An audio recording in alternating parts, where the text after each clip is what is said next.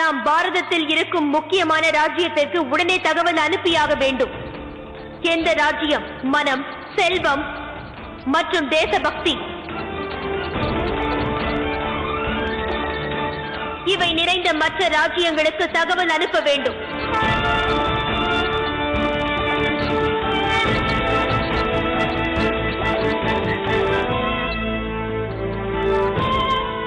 போதுமா?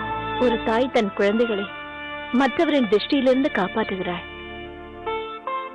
ஆனால் எனது கண் ஏதும் பட்டுவிட்டார். அப்பா எங்கம்மா? அரசவையில் அவர் ஆங்கிலேயர்களுடன் விவாதித்துக் கொண்டிருப்பார். மகனை பாக்குறது கூட அவருக்கு நேரம் இல்லாம போயிடுச்சா?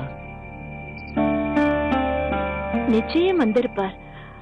ஆனால் தற்சமயம் போர்ட் வில்லியம்ஸிலிருந்து கவர்னர் அவரை சந்திக்க வந்தோம். அப்ப நானே அரசவைக்கு போய் அவரை பார்த்து. I'm sorry to say this. I mean, அவர் எங்க இருந்து தப்பிச்சு போறதுக்கு உங்க ஊர்ல இருந்து தான் யாரோ ஹெல்ப் பண்ணி இருக்காங்க. அது எங்களுக்கு கன்ஃபார்மா தெரியும். உங்களது குற்றச்சாட்டை எங்களால் ஏற்க இயலாது. நாங்கள் இதுவரை ஈஸ்ட் இந்தியா கம்பெனிக்கு உதவிதான் செய்துள்ளோம். மோட் மற்றும் ஈஸ்ட் இந்தியா கம்பெனிக்கு இடையில் உள்ள ஒப்பந்தம் எதையும் இதுவரை நாங்கள் மீறியதே இல்லை. அது மட்டுமன்றி எங்கள் மகாராஜாவிற்கு உங்கள் மீது தனி மரியாதை இருப்பதால் அவர் தனது புதல்வனை மேற்படிப்பிற்காக இங்கிலாந்திற்கு அனுப்பி வைத்திருக்கிறார்.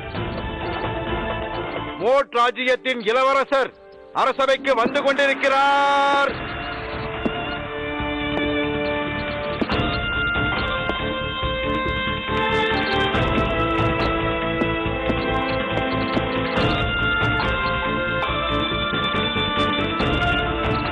வா மகனே, நலமாக இருக்கிறாயா?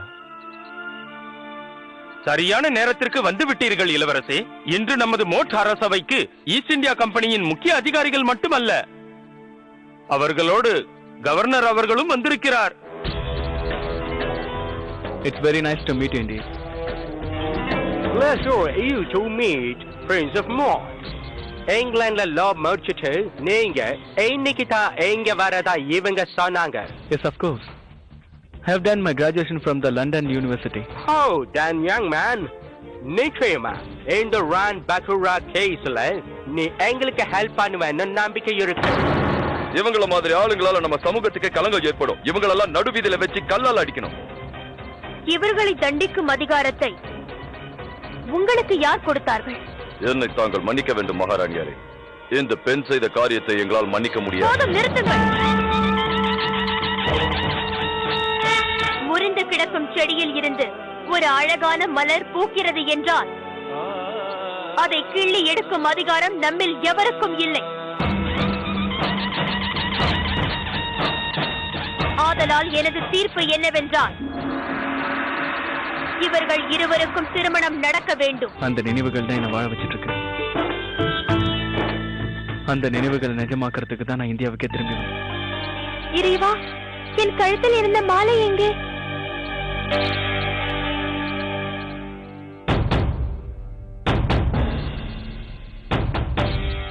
இது என்னுடையது. என்னிடம் திருப்பிக் கொடு. இது மிகவும் முக்கியமானது. சரி, தருகிறேன். ஆனால் ஒரு நிபந்தனை. என்ன? நீ இப்பொழுது என்னோடு வந்து என் நண்பர்களிடம் நீ இந்த போட்டியில் என்னை ஏமாற்றி தான் ஜெயித்தாய் என்று அவர்களிடத்தில் கூறினால் தான் நான் இதை உனக்கு கொடுப்பேன். புரிகிறதா? கட்டாயப்படுத்தி என்னை பொய் உரைக்க கூறுகிறாயா? நிச்சயம் நான் அவ்வாறு செய்ய மாட்டேன்.